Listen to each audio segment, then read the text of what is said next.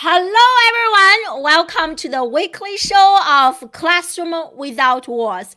On this show, I interview leading social media professionals, business owners, entrepreneurs.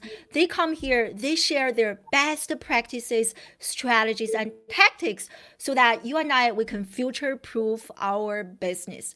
And today we are talking about something I think that is very relevant and probably something that we are thinking about on a daily, if not hourly basis. And that is what to post on social media. Not just random content, but actually content that can convert, can generate more leads, and can double engagement. And I have the perfect guest on my show, my dear friend Chelsea Peitz. Oh my God, I'm so excited. Chelsea and I, we connected, I don't even know, many years ago. Years ago, yeah. Through Snapchat. And Yes. she's this really amazing, fun content creators. And I didn't know she was in real estate when I first connected with her. And she's just really so many good social media marketing tips and like amazing personality, charisma. But just in case you don't know who is Chelsea, she is an amazing social selling professional, and her specialty is in real estate. She's a real estate educator, speaker, podcaster, and I think you even spoke at one of Gary Vee's events, I did. which is really amazing. And Chelsea is also a best-selling author. In fact, today's conversation, what to post on social media, is going to be based on her best-selling book, What to Post Online. So really excited and honored to reconnect with Chelsea again and have you on the show. So welcome, my dear friend. So happy to see you. Oh, thank you. And I'm so happy to be here. Obviously, you can see by my face, I'm grinning from ear to ear. And I'm so excited to see you. And like you said, we met probably 5 years ago, 4 or 5 years ago on I know Snapchat. you remember. Yeah, it's And so then, incredible. Yeah, yeah, yeah. and immediately I connected with you because, you're smart, professional, savvy, creating content as well. So I'm just so glad to be here with you. Thank Oh, thank you so much. And by the way, we are live on Facebook, on LinkedIn, on Periscope, and on YouTube. So let me know in the comment section where you guys are joining us live from. Geographically speaking and social media wise, I know what is going on right now, so I really appreciate you guys for spending some you. time and join me live and learn something. I hope you and your family and everyone in your life are doing well, safe and sound. So sending you my best wishes. And if you have any question related to what to post, my dear friend Peter Supton is somewhere. Here he is. And he is monitoring your comments and questions. And so thank you so much, Peter. And he's an amazing marketer himself based in the UK. So anyway, let's get started. Chelsea, do you want to add anything to my very brief introduction? You did a great job. I need you to come everywhere with me. So thank you for that introduction. As you mentioned, I've been in the real estate space for the last 21 years. And so my niche, I'm a very specific small niche, and I work with real estate professionals, mortgage professionals, title and escrow. And I joke and say that I got my license in real estate in 2001 BF before Facebook. So I actually did it before. And I'm not a digital native. I did not grow up with social media or the Internet of Things. And so one of my passions is being able to share education with people and empower them to be able to understand what can sometimes feel overwhelming or complex about social media and or content. So that's about what I do. I'm a mom like you, and I'm living in Arizona and helping the real estate community learn how to use social media to build a brand and connect with community.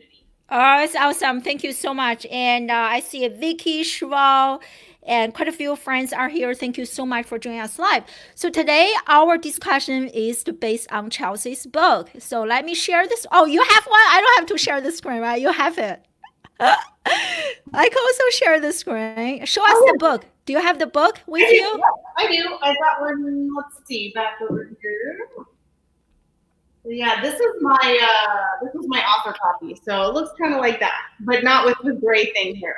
Right, looks awesome. So tell us a little bit more about the book, Chelsea, and Yeah. what inspired you to write this book? Yeah, so I just always tell people when it comes to content, what do we talk about, and I have like some different areas that I like to pull from as far as educational content, entertaining content. I just keep putting the same question over and over again.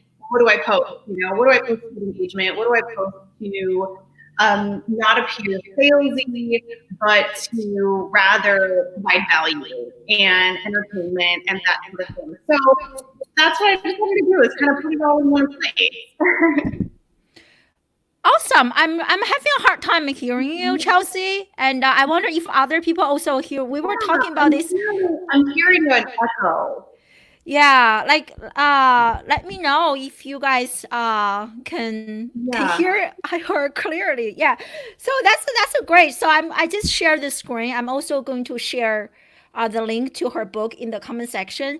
So I want to in this book there is so much valuable content. So you have one chapter designated to engagement. I think that is something we all want to have more, right? More engagement means more businesses, more money, more income, more impact.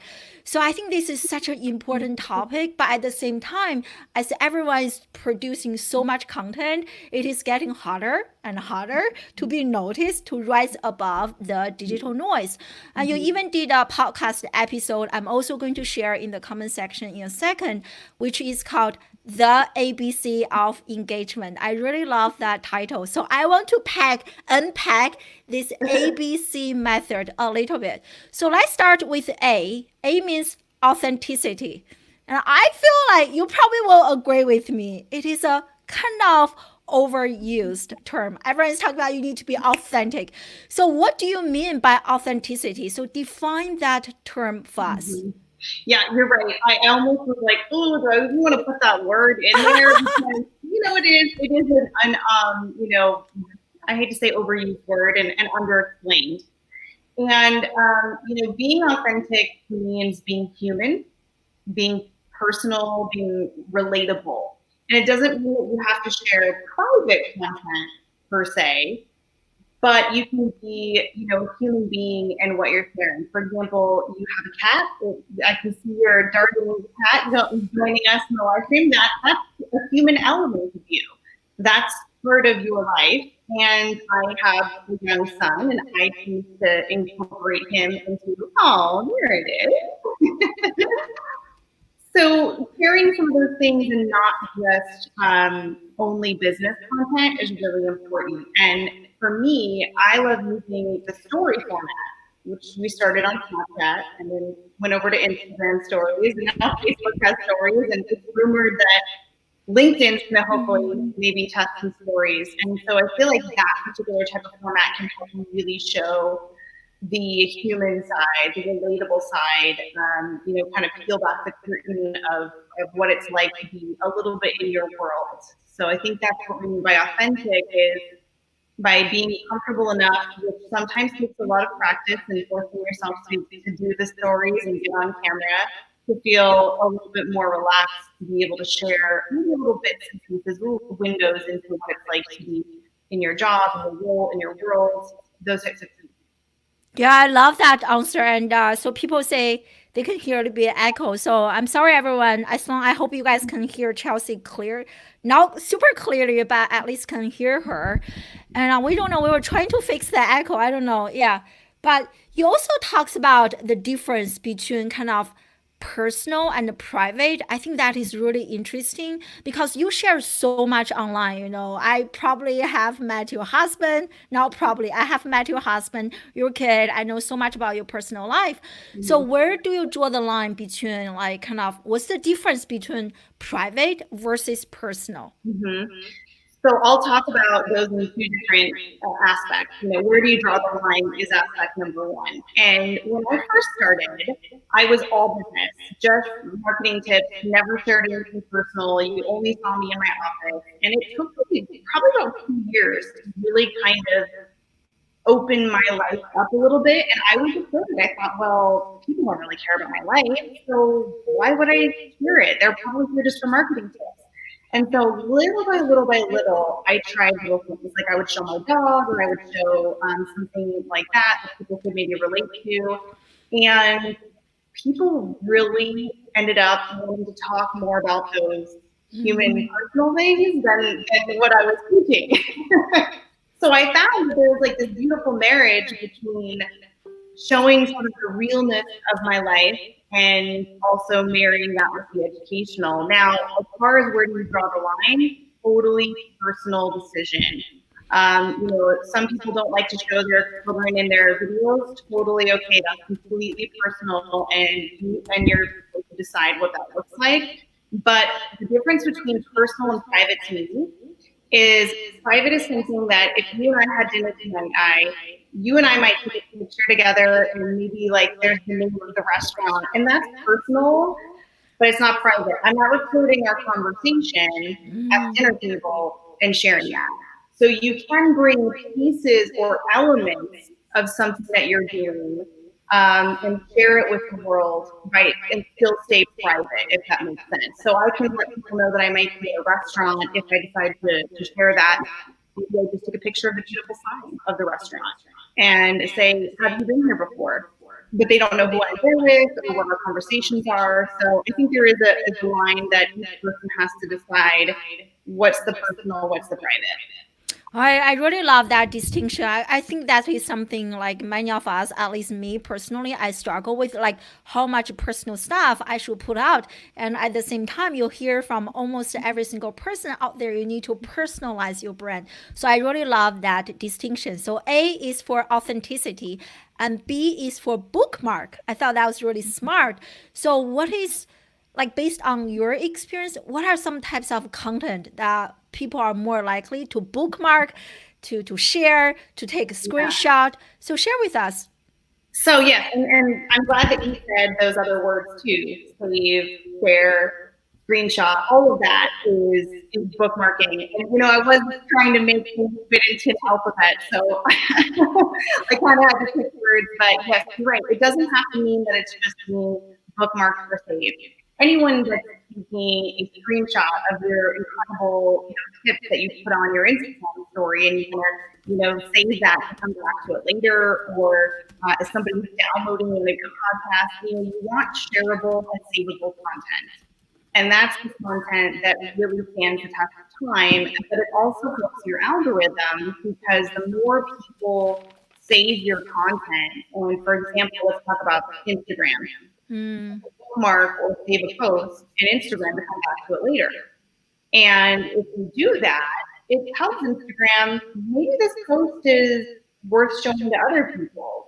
Some people are saving it and coming back to it. Maybe other people would like it too. So they kind of use those as indications of how to kind of push that content out. So the first step is making sure that you are creating share-worthy or savable type of content. So for example, if I had a picture of my vacation with my family, probably not that savable, right? Because it's more about me. But if I shared my day-by-day schedule to make the most of going to Disneyland, in the caption or something like that, that might be something that's a bit more savable because it could help or use as a tool for somebody else in the future. So you have to make the savable, shareable content first. And when you do, it's a great way to sort of build your algorithm and your reach and your engagement. Oh, I love this. I didn't even know that. So are you saying that the more like people are saving our content to their creation collection, whatever they call it. Even on LinkedIn, you can save a piece of content. So we are sending signals to the algorithm to kind of promote our content. Wow, I didn't know that. That's great. So Those that is more algorithms are incentive. tracking everything we do. 100%, yeah. So that's like sending more incentives to us to create good, really high quality content. I love that. So we should always try. So when we save a piece of content, can other people see that we actually saved this piece of content, or only for us? So you're not able, like, I wouldn't be able to see what you say, which is nice, right? It's really private to us. And like, for example, Instagram, you're able to swipe up or look at your insights on your posts, and you'll be able to see a number, like 3 people saved your post, but it's not going to show you who saved it. You can see some of those analytics for Facebook when you can see how many shares you've gotten. So there's different analytics for each platform. But yeah, your saves and content that you're saving is only your eyes only, which is nice. Yeah, that's awesome. It's more like shares everyone can see, but this is like more private to me. Awesome. So A is for authenticity. I see that we just have a few people join us live. We are talking about what to post on social media to double engagement and leads. So A is for authenticity, and B is for bookmark, and C is for caption. So I kind of also want to expand to copywriting, captioning. I think they're all the same. And I definitely learned my own lesson, before when I was sharing online, I was like, hey, check this out. But now I'm trying to share a story from the perspective of my audience, things they can learn emotionally, they can resonate with us. So what is your recipe for captioning and copywriting? Well, you just said it right there. Is sharing a story, and like you also just said, it's something that you learn and usually evolve. I'm not a born writer or anything like that, and I still struggle. I'm like, gosh, what am I going to come up with for a headline and that sort of thing. So it doesn't come easy for me.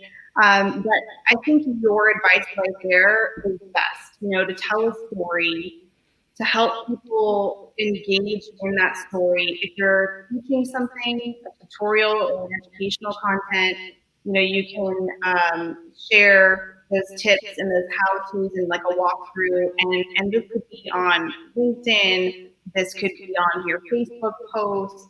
This could be on your Instagram caption. A little bit different on YouTube because you have more of like a description that's not quite like a caption, but always thinking about telling a story to attract someone and to really look at it as how is it going to benefit the other person?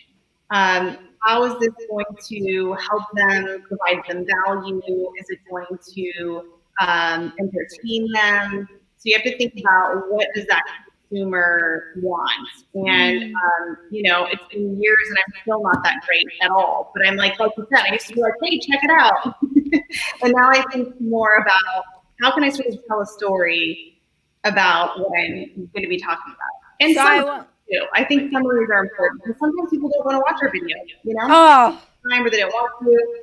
And you can still give them the content by having a summary, and you do that beautifully. I mean, if anybody's watching this and they don't already look at your amazing posts, so good, so visual. I mean, the summaries are amazing. It's epic, epic. our different duties here. Thank you. Yeah. Yeah. And thank you for saying that. And I feel the same way about you. And I mean, like, I also love how you mentioned, don't force your audience to consume the content in a certain way. Like, give them options. So sometimes, like on social media, I see people say something like, hey, in this video, I talk about something really important that can help you make so much money, generate so much leads. Watch the video. Yeah. I wouldn't do that. I would prefer to give my audience different options. As an educator, I know there are different learners. Some people prefer to watch a video, but others they just don't like watching videos. So I think kind of giving people options. What do you think? I like that because I do like options, and I'm actually a better learner with reading than I am with video, believe it or not. And I know a lot of people are the opposite. So I like to read. And I also like pen and paper. So all of us have different personalities and different preferences and learning styles, like you mentioned. And I totally agree that it's nice to have options. Videos with captions and subtitles are an excellent way to give that option if somebody is choosing not to listen to the audio, or maybe in a public place, or maybe they're unable to hear the audio. So I think there's always a really good way to communicate to more of an audience in the way that Yeah. they like to hear it, to watch it, to read it. So you have such a incredible audience on so many platforms, especially on Instagram. People just love you.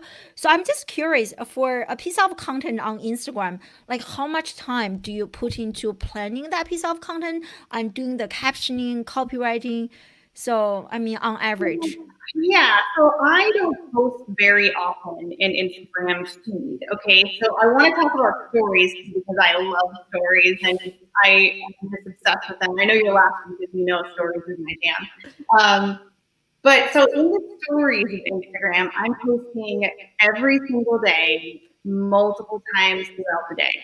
Mm. In the feed of Instagram, I don't love the feed that much. So I'm also a big believer in not forcing yourself to do something you don't love, right? So if you absolutely only love, LinkedIn and you want to do videos on LinkedIn, awesome, right? You don't necessarily have to do all the other things or all the other formats. For me, I love Instagram stories and I love the conversations I have there. I love the creativity of it. I love the intimacy of it. And, I look at Instagram sort of as like the blog, sort of, where I will do mostly educational tips and tricks. And recently have just started doing a little bit more personal side of me in the captions. And I was a bit nervous to do that.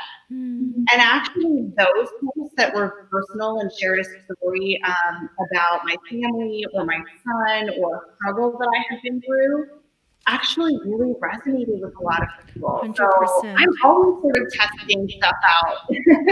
100%, 100%. I so agree. And by the way, I see this comment from Judy. Do you have earphones, Chelsea? See if that can reduce the echo a little bit. We tried the mics. I don't have any with me right now. Judy, we're on our second computer, our second microphone. I don't know why It's, it's doing that.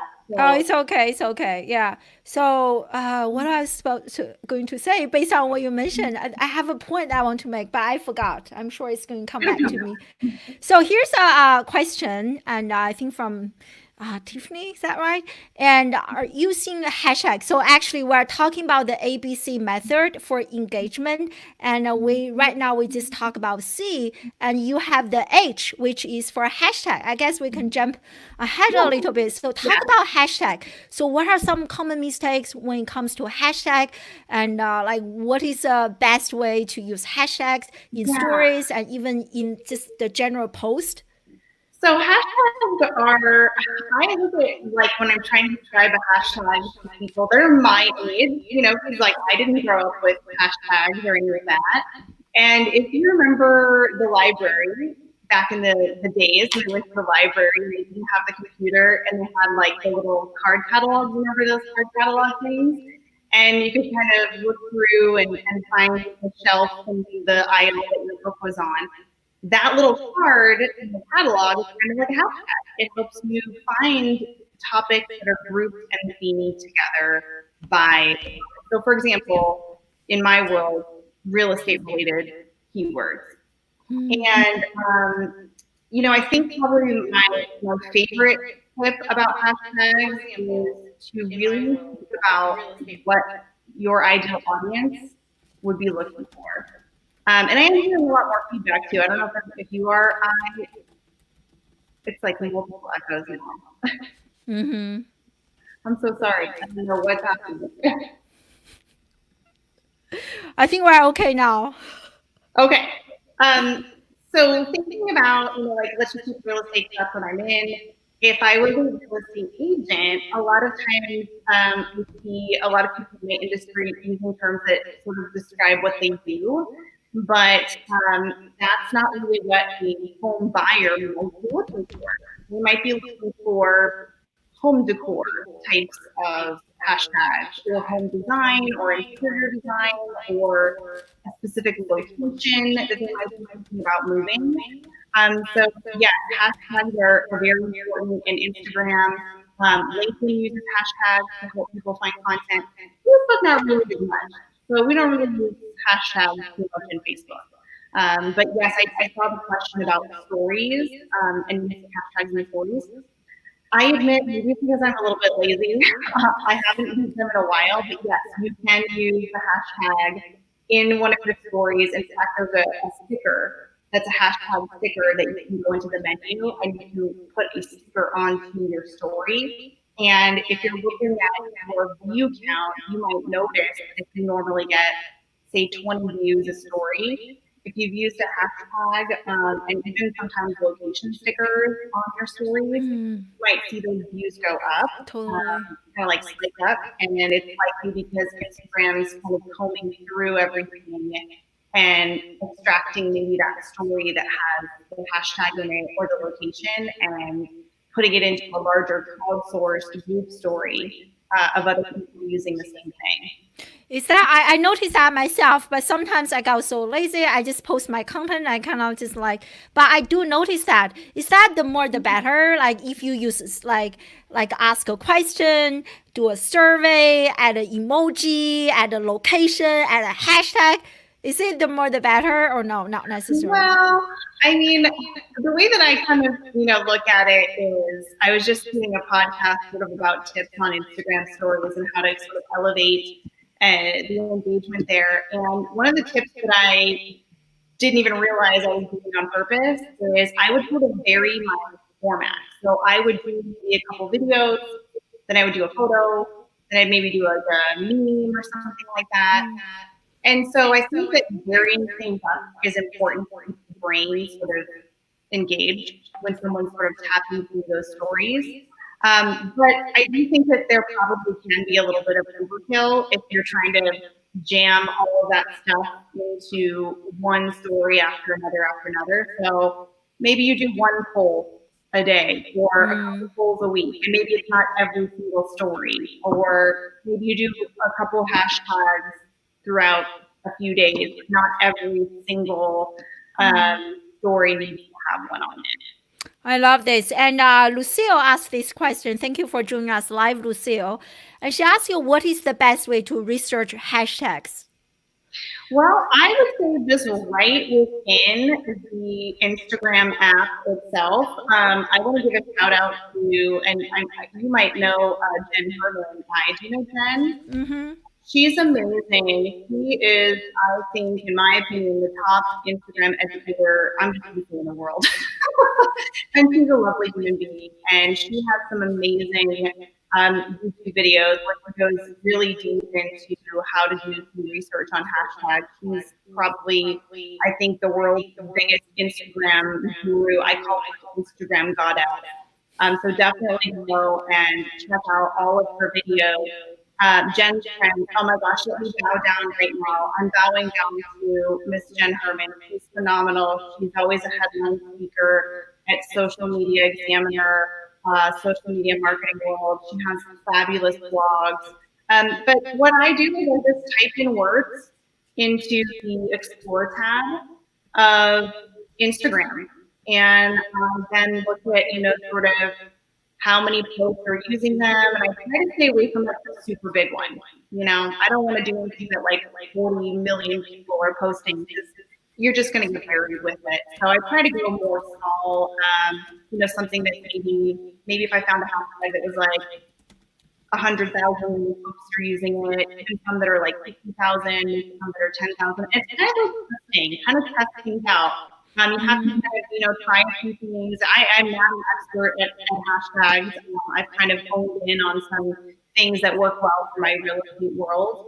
But you can use Instagram, and it just takes time, and you can just honestly turn on Netflix, get your phone out, maybe get a Google Keep or something like that, and just make some notes and type in the hashtag, and then see how many uh, posts are associated with it, and then you've got your research done. Now there's some apps and some paid services as well that people use. I've not tried those, but there are several paid services and probably even some free apps that will help you find hashtags in your niche. I believe, and I'm not sure because I've not used it personally, but I think later.com might help with that. They do a lot of scheduling, and they've got a great blog there too. Well, it's great. I'm going to share all the links, and Peter is already sharing the links in the comment section, and I will also share. So later.com, I used to use them. So here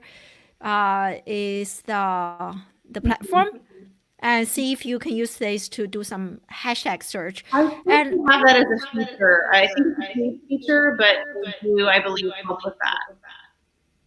yeah, they do have, yeah, and they also have a blog post, as you mentioned earlier. So talking about hashtag search, I want to go back to the C a little bit, talking about copywriting. You also talk a lot about keyword. So how do you, just like how to identify hashtags, so how do you identify the relevant keywords to use in your post? And do you actually use the keywords in all of your social media posts, like bio, this place and that place? Do you do that intentionally? I don't really do that when I'm writing, let's say, a caption for, say, Facebook or even LinkedIn. I don't really, in my mind, I'm not thinking about, including keywords. I think that's probably more important when you're talking about websites and blogging, and all of Google Analytics and stuff are kind of crawling, keywords. But I don't usually focus on that as far as when I'm posting on the socials. I really just sort of leave the keyword part that I might be focusing on to the hashtags that I might be using. For Facebook, no, I just, for example, I just made a post about what I used for my video setup. And I didn't, think about any kind of keywords. I just really thought, well, I want to be thorough and I want to share with people what my setup is and where they can go to find their own, if they want to get this ring light I have or anything like that. But I'm not really thinking about keywords as far as what's in the actual caption itself. Yeah, I love that. Yeah, Facebook looks at your pictures, and so does Instagram. They know what's in your pictures, and they, of course, have access to, the ability to see and read anything that's in your posts. Yeah, so I love that. It just shows you are always keeping your audience in mind and what is the best way for them to consume the content. So if you do have to search for keywords, are there certain tools that you recommend, Chelsea? Well, you can search for all sorts of keywords. Google Keyword Planner is a place that you can go. There's lots of paid services as well. Even typing in, whatever you're about or your topic, even into Google itself, and seeing what it auto fills for the suggestions. There is a section on Google search results where it says people also ask. It's like a little kind of a square. Yeah. And it's always like going to give you ideas about what other people might have searched. For example, let's just put in the word real estate marketing. You could put in real estate marketing and see sort of what the other autofill suggestions that Google might give you. And then if you look at people also ask, it's going to show you other relevant questions that maybe other people have searched for in Google that may be sort of related to that. So there's a lot of free ways that you can do it. And I know Google has a keyword planner, and there's all sorts of other paid options. I think Neil Patel, who has also an option for that as well. Yeah, I love that. Yeah, I'm going to check it out. I'm very familiar with keywords everywhere. I think that tool is keywords it's everywhere. very cheap. Keywords everywhere. So that was, I think that's a Chrome extension, and it used to be free, and it's still very affordable. I don't remember the exact dollar amount, but I think it was very, very low. And I think it was also like for X amount of dollars a month or something, you get so many thousand searches. And you kind of put it in on your extension, and then when you're searching in Google, it will also show you other words and other searches that have come up. Keywords everywhere is a great extension. Yeah, totally. It's a great one. So far we discussed, let me know, guys, if you have more questions. So we discussed A, authenticity, B, bookmark, C, captioning or copywriting, and D is direct messaging. So talk about that. And I Oh, feel my like favorite so many topic. people abuse, right? So many people abuse DM. Like just Yeah. so share with us, yeah, what not to do and what to do. How do we use DM the right Yeah. way? Well, direct messages are sacred. Direct messages, we don't need anyone's email. We don't need anyone's phone number. I mean, in this day and age, there's many friends that I have that I actually don't have their phone number because we're direct messaging through a variety of different social media platforms. Facebook has multiple messaging platforms and has been promoting that and training the users to start using that messaging platform. I realize that I use DMs more than I text message personally. So I'm in there all the time. So what I definitely recommend, and this is why I love Instagram stories so much, and even Facebook stories because they work the same way, is that you can get into these private one-to-one conversations with people because their stories are message enabled, meaning if I sent you like a comment on your story, you'll receive that as a private message, like a direct message that only you can see.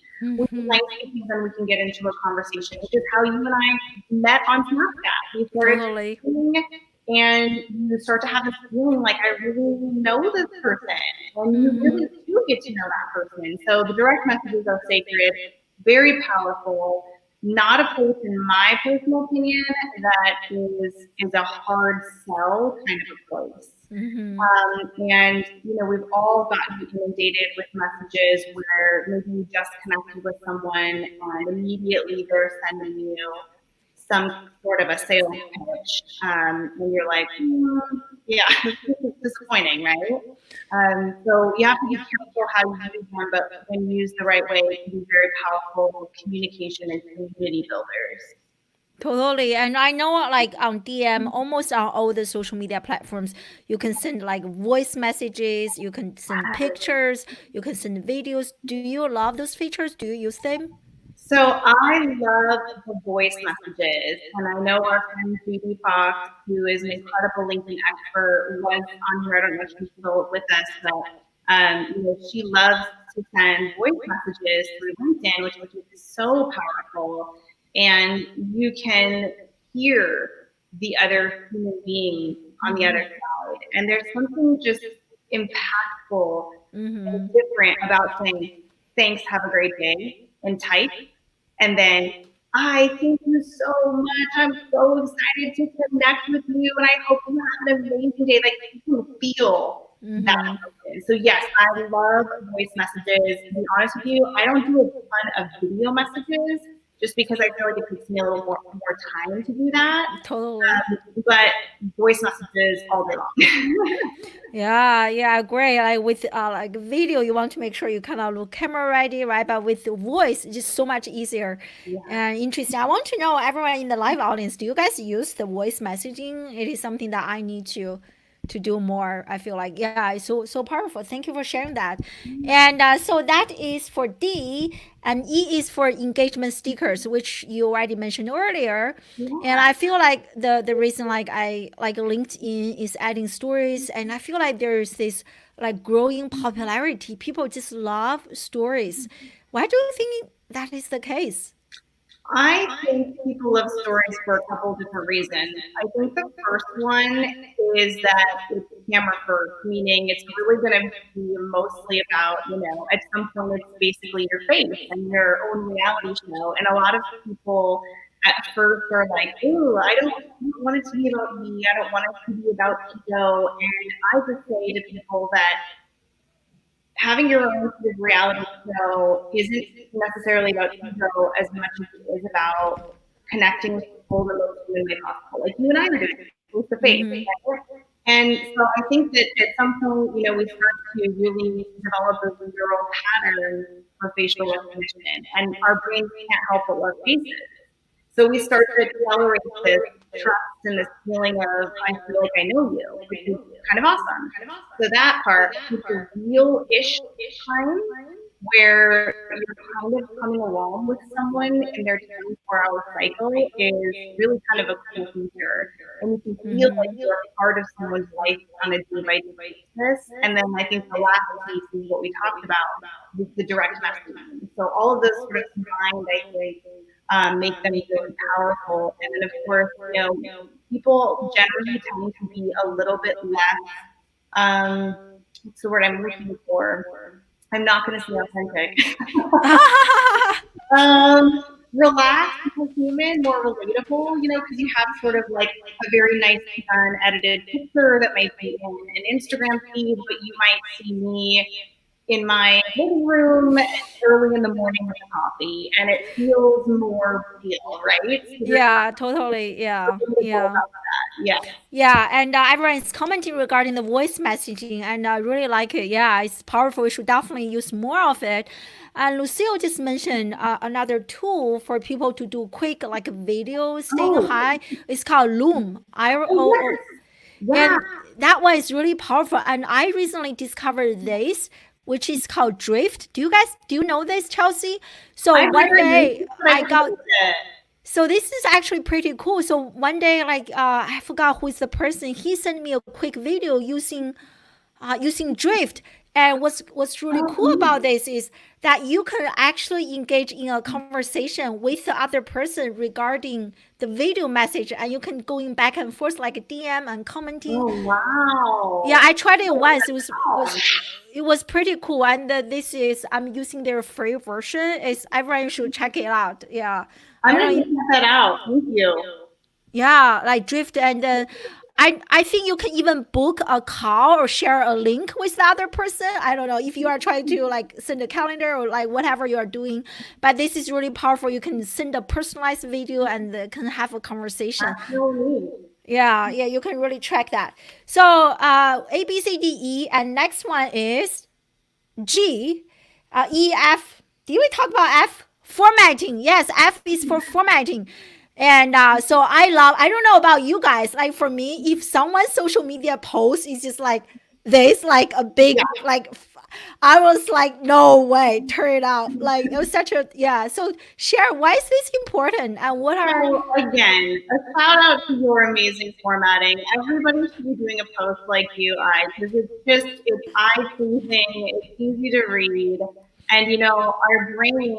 I feel like our brain on social media is just it's overwhelmed by big blobs of words. mm-hmm. And I think we're more bullet point kind of world at this point, and I think especially on the social. And so I'm going to use your beautiful example of your formatting.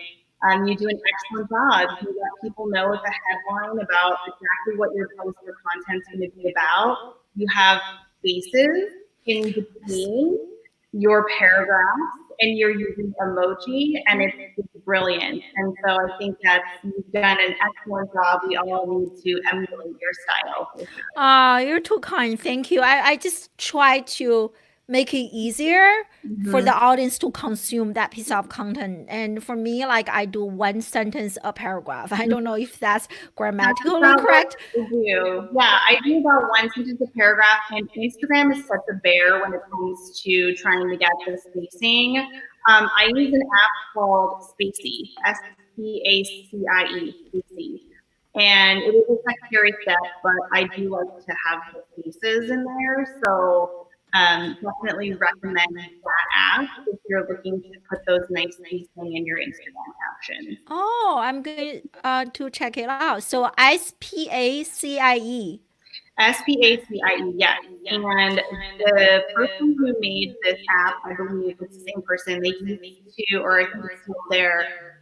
Some people were using appsforlifehost.com, but it was kind of a weird site and it was a little cumbersome. And so now they have an app, and I love it.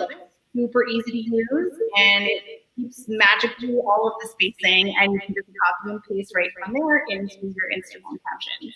Wow, is that what you use on Instagram? Because I noticed on Instagram it's not very formatting friendly. I think that is it. Hold on, let me just double check and make sure. Is Maybe this the right one? I don't think that's it.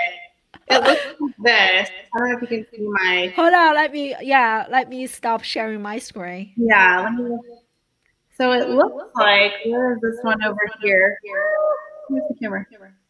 Right there. Okay. And it's called, and it's yeah, it's SPACIE. So when you open it up, it just looks like a little box to type your task in. That's interesting. So is that what you used for posting on Instagram? I know some people have like beautiful spaces. I don't know how to do that. So okay, that's the Yeah, secret. I don't know how to do it the other way that other people do, but I use an app. Yeah. But I hope they are going to change it. I don't know why they make it so hard for people to create some space. No. Yeah. So let's talk about just a few things real quick because I do want to spend some time talk about TikTok. You are an amazing TikToker, and so I'm going to skip Oh, this a little bit. So talk to us about TikTok. no. I do And want to I give see people the you wrong like always idea. like TikToking. So why Don't we need to give people pay the wrong attention? idea. I don't know what I'm doing on TikTok. Like I truly don't. I know again, our friends of the social media examiner. There's an expert over there, Rachel Peterson, and he is somebody I would say is an expert. I am definitely not. I don't really know what I'm doing over there. What I have found with TikTok is when I first started, I was overwhelmed. I didn't know what was going on there. Have never really even seen some of the content that was happening, and I really truly thought, oh, this is for like young people. This isn't for like moms. And I just was like, well, let me try something. And I again didn't know what I was doing. Like, I just took random stuff. Like I tried like a makeup tutorial. I tried just doing a fun dance. I tried lip syncing to something. And it's more just fun for me. But I do think that there's such a possibility of TikTok being, the next big thing. And I do think, and the only reason I think is because you and I were on Snapchat for so long, and so many people said, oh, Snapchat's for young kids. You're never going to be able to get business from it. Well, that's not true. We proved that you absolutely could. So I think TikTok is a very viable platform that I think will actually impact how we do content on Instagram and Facebook. Because the more we get used to seeing that style of content happening in TikTok, the more we start to expect it in other places too. So I think it's going to be interesting to see how TikTok shapes the other social. But what do you think about TikTok? I mean, I'd love to hear your opinion on that. Yeah, I used it a few times for fun because they make it really easier to post content to Instagram. So instead of sometimes doing Instagram stories, I just produce content on TikTok and send it that way. And So you're using it as like a video editing tool. it's so cool. I even like created videos using TikTok because it is so creative. You can add music, and I post the video on on LinkedIn, and Ah, so it's just kind of almost use it as a video creation tool for me. And I don't know, like actually my question is like everyone can answer, join us live. Like I feel like more like entertaining type of content is mhm. doing well on TikTok. My content is kind of boring. I don't know. Like Well, more educational. I don't know if my there's an my educational content that I would put somewhere else didn't work for me. And so I mm, think that is important is figuring out what kind of does work over there. And I would say that the majority of content that I see is a little bit more on the entertaining side, but I don't think that that should limit somebody from doing educational content because you can really build a brand as the expert in blah blah blah that you're doing tutorials and tips, on totally. TikTok. Because remember, people will start using it as a search engine, just like all the other socials. So I wouldn't discourage people from doing that, but yes, it does seem that a lot of the content leans more entertaining in many ways than say like YouTube, where it might be more educational. Yeah, totally. But I was doing some research. I mean, I haven't used TikTok for a few weeks, but when I was using it, I was doing some research. I saw actually some like school leaders, they were trying to educate their students on topic, and their videos are so boring. Seriously, just a talking head, just like that guy is not even entertaining to watch, but the engagement was crazy. Students seem to love it, and like even like every like video is exactly the same, just this guy sitting there talking to the camera. The topic is He's different, the got a topic is brand. different, He's but got like a the school, he's got a layout from, niche, he's got a brand. yeah, it's very interesting. Like hundreds of like comments, like young students actually watch it. He was talking about something like college admission or something like school Wow. education related. So if you do a search, do a hashtag search, see Yes. people in your industry how they are using it, and then you Yes. can kind of like hack it that way. Exactly. And so I certainly am still in learning mode over there. And I will tell everybody it's okay if you're scared because I was scared for a long time to even post anything there. And so it's okay. I think it's normal to be a little bit nervous about it, but it is a fun place. And I will tell you that it has inspired more creativity in my content in other places too. So I do give it gratitude for that. Yeah, totally. Yeah, you see other content creators, how they are sharing their story, and hook, and how they are having such a strong hook. The first few seconds, wow, that Yeah. is so interesting. How can I hack that and make it my Yeah. own? So yeah, I saw this comment from from Peter. He said that his friend posted her very first video, 4.4 million views. That's crazy. Well, and you know what? Here's the thing about TikTok too is it's now no longer so new, but it's still new, right? So you do have the opportunity to not that going viral is going to change your life. It may or may not. You may get more business, you may get nothing. You wake up the next day with 4 million views and nothing happened. You never know. But it will help you potentially drive traffic to your other sites and all of that. But kind of being in there sort of early, like the people who got in early on any platform, you know, YouTube, LinkedIn, Instagram, you do have an opportunity to kind of get those, so to speak, viral types of content. But Yeah. But you have content that has gone viral, right? You do? Like, I think you mentioned that I on had a TikTok. video that was, I mean, here's the thing. Again, goes to show the stuff that you never planned for. I could never plan to make a viral video. I just, you know, I don't think it would ever work. But I did a video where I purchased a product and was kind of giving like a review on the product. And that one got, yeah, a lot of reach. And I'm like, there we go. I mean, nothing that I like tried to create ever Yeah. got like that kind of viewership.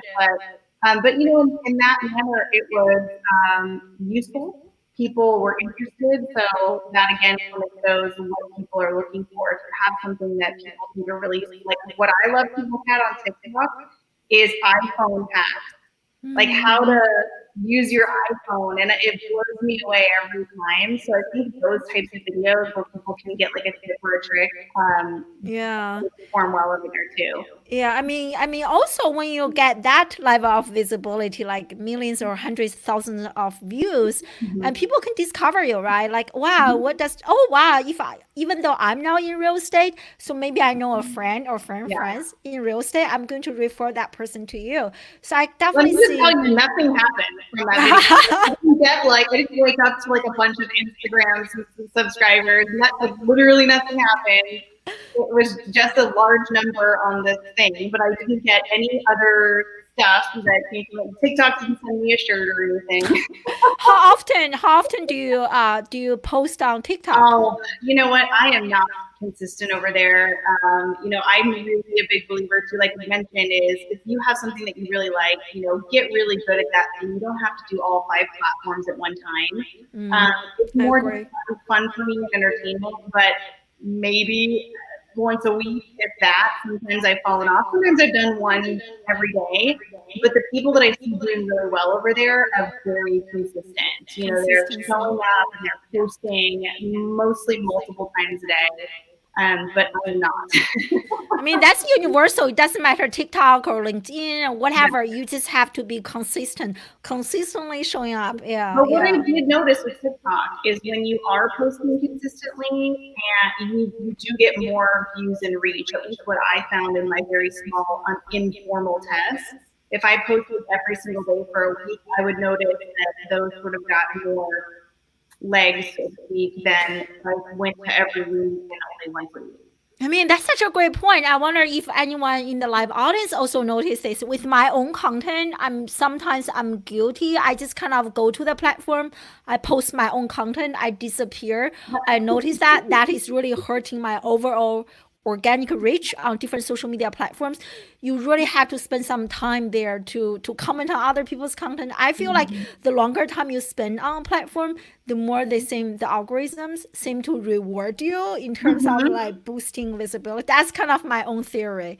No, you're right, because they do appreciate heavy users. Instagram knows how long you've spent on the app and where you've clicked, and Facebook knows, and LinkedIn knows, and how many times you're opening up that app. So, absolutely. And if your content can keep people on that platform longer, so for example, YouTube, watch time is hugely important because Totally. to tell the platform if you have good content or good content in the eyes of the viewers. So you're right, and I actually like to spend more time commenting and supporting other people's content because I like talking with people, than sometimes even posting my own. I mean, I definitely, I think we're all guilty of that Yeah, type. Yeah, totally. I hear you. yeah. Yeah. Yeah. So we only have a few minutes left, and I already shared your Instagram. Everyone make sure to connect with Chelsea. And she has a podcast, and which is the voice of social sales. And so download and also connect with her Instagram. So share with us any parting piece of advice, Chelsea, in Well, regard to what to yeah. post online and to get more engagement. I would say that simple things to think about if you're unsure about what to post, and or if you're newer to social media. And one of those things is think about what are things that people always want to do. They want to give you their opinion and they want to help you. Mm-hmm. So by simply asking questions, you can help elevate some of your content and engagement. Whether that's posting a question on a Facebook feed, and you say, hey, what's if you want to ask about what's one thing that I asked about was what was the first car you remember your parents driving? Uh, We got like 300 comments because it was nostalgic and people wanted to talk about it. So asking people about memories, about opinions, about advice, about recommendations is an easy way to post something and to get engagement because people want to help and they want to talk. And you can do that in your stories, doing a poll sticker, adding a question sticker, adding just text. And so think about in terms of can you ask the audience a question because that's a really good way to get engagement. So I would do that. And then I always said, I think I started saying this last year, commenting over commenting. Support other people's content, create those love that. conversations. That's where the leads and transactions happen is in the community and the conversations. That should be on a t-shirt. I love it. Commenting, seriously, over contenting. Wow, that is so powerful. Yeah. I Did you mean, don't get me copyright wrong, that? we love content, but You should copyright that. I love that. That's great. It's so powerful. It is so true. Like commenting is a strategy. When you do comment well, like Mhm. people will like they will recognize it. You That's build actually how brand. I booked quite a few Yeah, people. you Yeah. build brand and relationship because people see your name in your little face bubble. All I the don't, yeah, 100%. I don't just comment. I read reviews. Like if they have like a podcast, I do a review. If they have like a book, I do a book review. You're such a good example. We all need to be following. Yes. Come on, stop it. Yeah, yeah. So thank you so much. This is so Thank good. you. Everyone, where can they buy your book? Let me do a final Amazon. screen share. Yeah. Yeah, they can just type in what to post on Amazon, and go there. And if they, ever want to talk or have questions about social media, find me on Instagram, and I'll always answer. So is this also on Audible? Can people listen to the book or not I yet? haven't done Audible. No. Okay. And it is Just really asking. designed for real estate. So I just want to give everyone a disclaimer. It is very specific to real estate. So just you've been warned. Yeah, I love that. Very niche Thank you for focused, having me right? on. I Yeah. truly just really appreciate the friendship and the guidance and leadership and mentorship that you have provided to your incredible community over these years. You're always educating, leading with value, and we just want to say thank you for that. Oh, thank you so much, Chelsea. You're so sweet. Yeah. Thank you for a great interview. And thank you so much, everyone, for joining us live on a busy Wednesday, or for some of you, I see Lance joining us live from Australia Thursday. So thank you so much, everyone, for being here with us. And thank you. Follow Chelsea. She's amazing. And I hope to see you next Wednesday. Same time, same location. Stay safe and wash hands. Bye, everyone.